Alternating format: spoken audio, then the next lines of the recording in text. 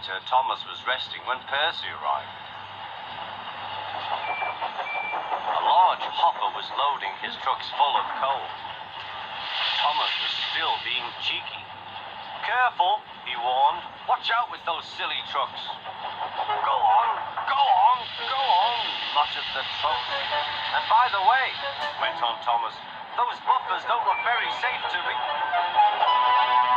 The last load poured down. "Help! I'm choking!" cried Thomas. "Get me out!" Percy was worried, but he couldn't help laughing. Thomas's smart blue paint was covered in coal dust from smoke box to bunker.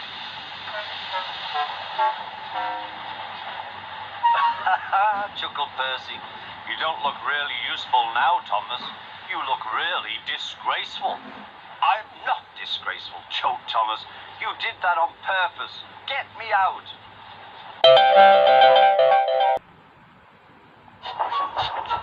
Suddenly, Percy found that he couldn't stop. The buffers didn't stop him either. "Oh!" wailed Percy. "Help!" The buffers were broken and Percy was wheel-deep in coal. As Edward clanked by, they broke through the fence and ran across the line. A coupling was broken and some trucks were left behind.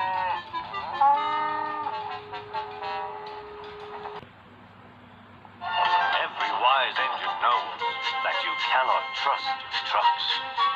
Go on, they yelled, and knocked Percy's driver and fireman off the footplate.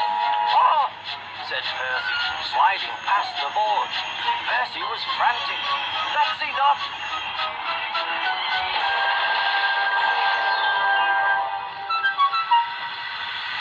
Percy was sunk.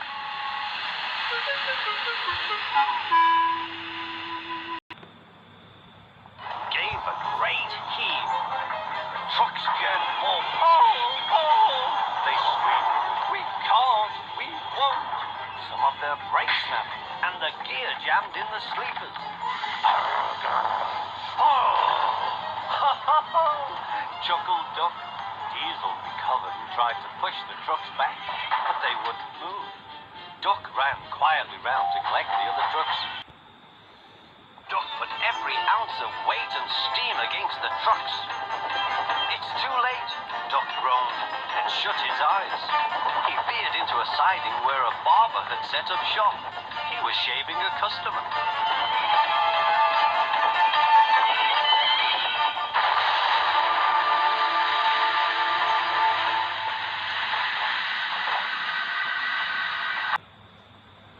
"You're nothing but a screeching and a noise when all's said and done. Spite Dougie, would you? Take that!" Oh! cried the van. "There's more coming, should you misbehave."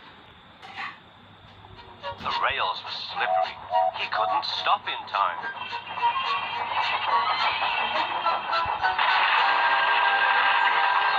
Fat Controller was most annoyed. Odd was anxious.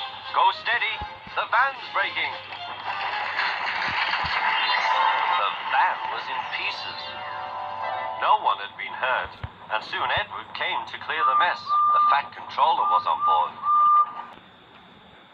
There was the station master's house. The station master was about to have breakfast. "Horrors!" cried Thomas, and shut his eyes. The house rocked. Broken glass tinkled. Plaster was everywhere. Thomas had collected a bush on his travels. He peered into the room through its leaves. He couldn't speak. Daisy lurched backwards. She was so cross that she blew a fuse. "Told you," she said, and stopped. Frantically trying to grip the rails, Percy slid into the yard. "Beep, beep! Look out!"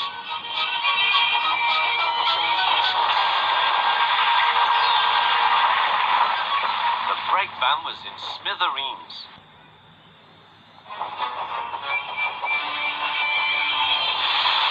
Percy broke the car to smithereens.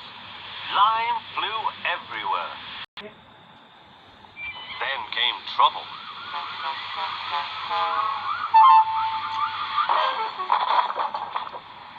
A crate of treacle was upset all over Percy. Long snowdrifts lay ahead. I mustn't be late, he thought. The Fat Controller is relying on me. Whistling bravely, Thomas tried to move, but he couldn't. There was worse to come. Poor Thomas was snowed under.